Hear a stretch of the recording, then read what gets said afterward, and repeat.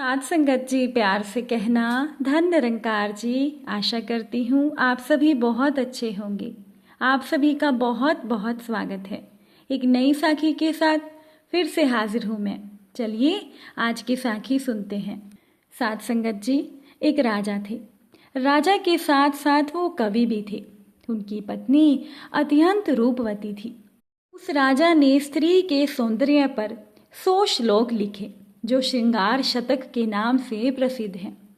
उसी राजा के राज्य में एक ब्राह्मण भी रहता था जिसने अपनी निस्वार्थ पूजा से देवता को प्रसन्न कर लिया। साथ संगत जी, देवता ने उस ब्राह्मण को वरदान के रूप में एक अमर फल देते हुए कहा कि इस फल से आप लंबे समय तक युवा रहोगे। अब उस ब्राह्मण ने सोचा कि मैं तो भीख मांगकर अपना जीवन बिताता हूँ, मुझे लंबे समय तक जी कर क्या करना है। हमारे राज्य का राजा बहुत अच्छा है, मैं उसे ये फल दे देता हूँ।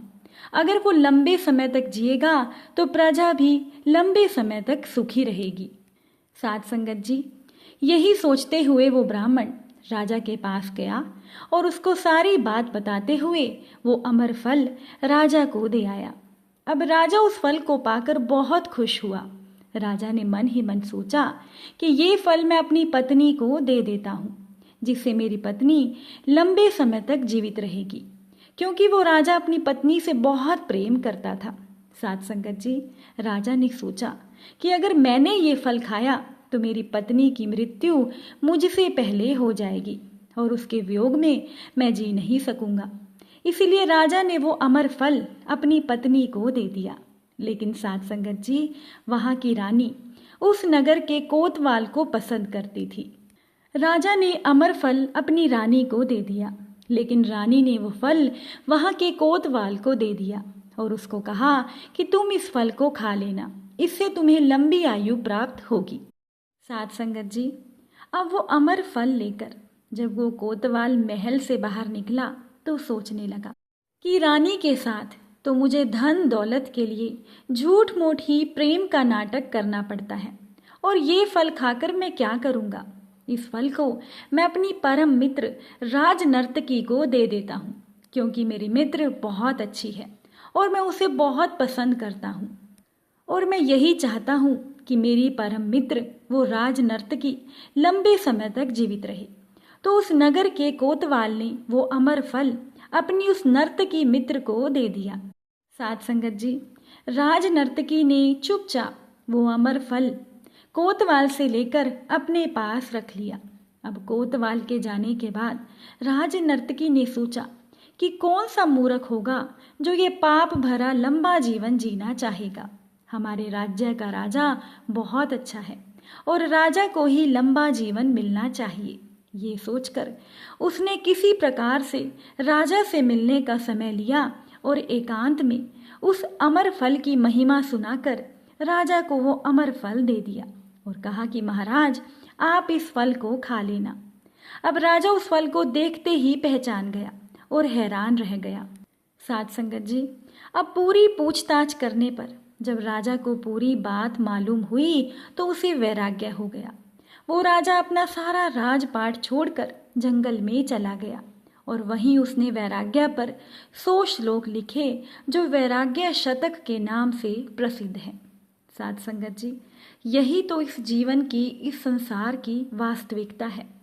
एक व्यक्ति किसी अन्य से प्रेम करता है और चाहता है कि वो व्यक्ति भी उसे उतना ही प्रेम करे, परंतु विडंबना ये है कि वो दूसरा व्यक्ति किसी अन्य से प्रेम करता है। इसका कारण ये है कि संसार और इसके सभी प्राणी अपूर्ण हैं। सभी में कुछ ना कुछ कमी है। केवल एक ईश्वर ही एकमात्र पूर्ण है। एक ईश्वर ही है जो हर एक जीव से उतना ही प्रेम करते हैं। साथ संगत जी, ये ईश्वर, ये निरंकार दातार, कोई भी जीव ईश्वर से जितना प्यार करता है, ईश्वर कहीं ज्यादा प्यार उससे करते हैं। बस हम ही ईश्वर से सच्चा प्रेम कर नहीं पाते। साथ संगत जी, ईश्वर को पाने का एक सबसे सरल तरीका है कि ईश्वर को प्रेम करो, लेकिन वो प्रेम निष्काम होना चाहिए। साथ संगत जी, एक गांव में एक बुजुर्ग माई रहती थी। उस माई का आगे पीछे कोई नहीं था। इसीलिए वो बेचारी अकेली रहती थी। एक दिन उस गांव में एक संत का आगमन हुआ। बूढ़ी माई ने महात्मा जी का बड़े ही प्रेम पूर्वक आदर सत्कार किया।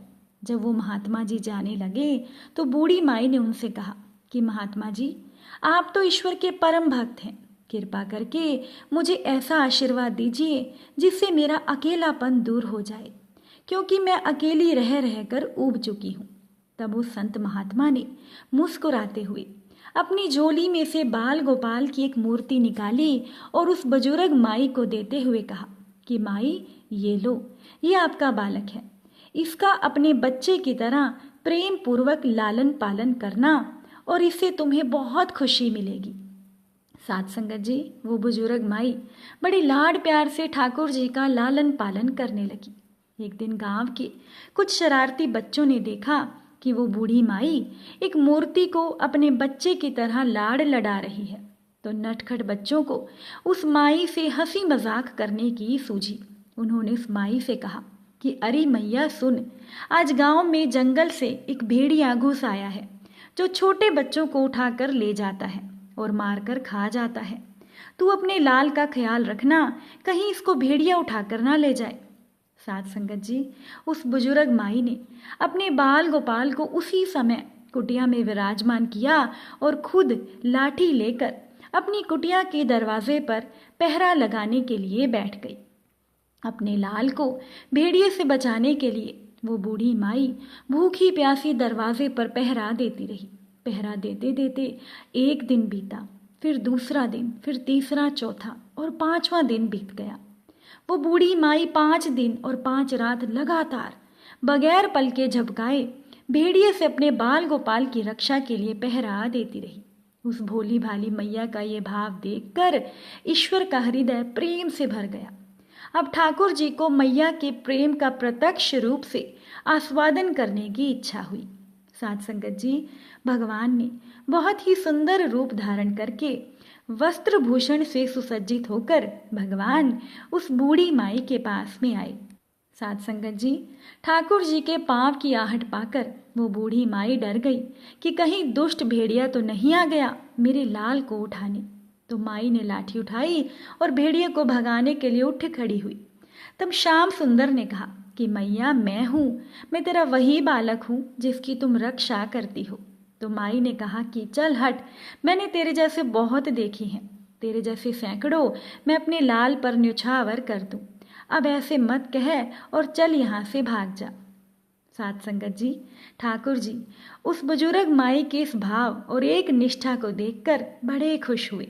ईश्वर ने उस मैया से कहा कि अरे मेरी भोली मैया, मैं भगवान हूँ, मुझसे जो चाहे वर मांग ले, क्योंकि मैं तेरी भक्ति से खुश हूँ।